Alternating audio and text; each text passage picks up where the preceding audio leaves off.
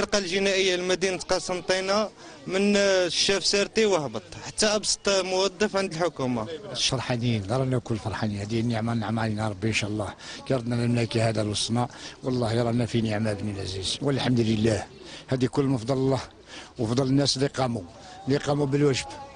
والله هذا كل من فضل الله والناس اللي قاموا بالواجب نزاحموا، بالخصوص الأمن والصحافة، هادو اللي راه معاهم الشعب الجزائري كل عون، بصح بالخصوص هادو زوج الناس، الأمن والصحافة.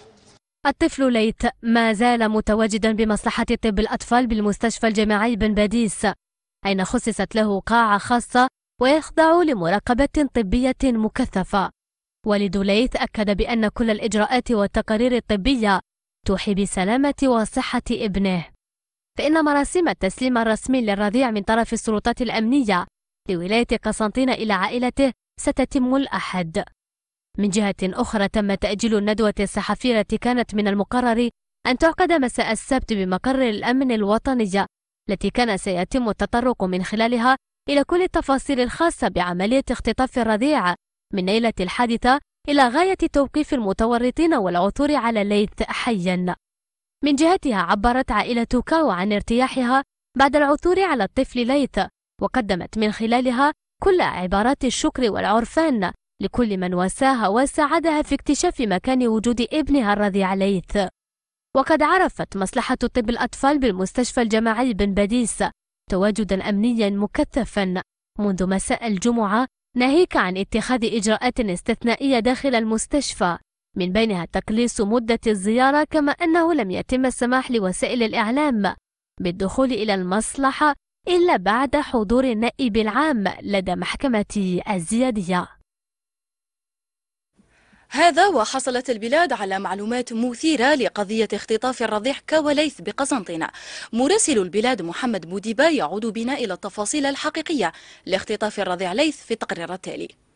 تحصلت قناة البلاد على معلومات رسمية حول التفاصيل الحقيقية لاختطاف الرضيع ليث من عيادة الولادة بالمستشفى الجامعي لمدينة قسنطينة، وهي الجريمة التي اشترك فيها زوجان من قرية المرايا التابعة لبلدية تملوس غربي ولاية سكيكدا، حيث أن المتهم الرئيس نون سين من مواليد 1955 وهو سائق شاحنة ذات مقطورة لنقل البضائع.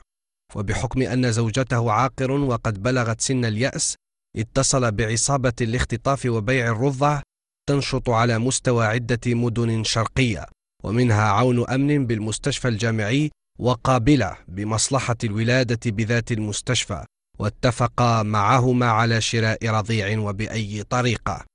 إن المتهم الرئيس يكون قد دفع ما قيمته 30 مليون سنتيم لأفراد العصابة، وعلى رأسهم القابلة بالعيادة، حيث أبلغ زوجته زينة 48 سنة بتفاصيل الجريمة، وخططا سويا بعدها للانتقال إلى مدينة قسنطينة لاستلام الرضيع والتوجه به مباشرة نحو قرية المرايا ببلدية تملوس مكان إقامة الزوجين، حيث كانت الزوجة زين وهي من عائلة ميسورة الحال وموظفة بديوان الترقية والتسيير العقاري فرع دائرة القل غربي ولاية سكيكدا منذ مدة، تحضر نفسها على أنها ستكون حاملا من خلال إيهام الجيران والأهل بأنها ذهبت للتداوي والرقية، خاصة أنها معروفة لدى عامة الناس بأنها عاقر.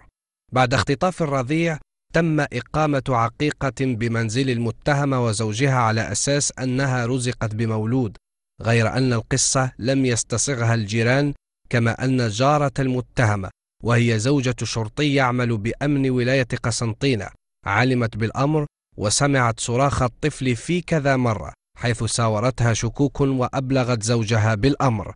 هذا الأخير توجه إلى مصالح أمن دائرة تملوس وأبلغهم بالأمر ليتم العثور على الرضيع.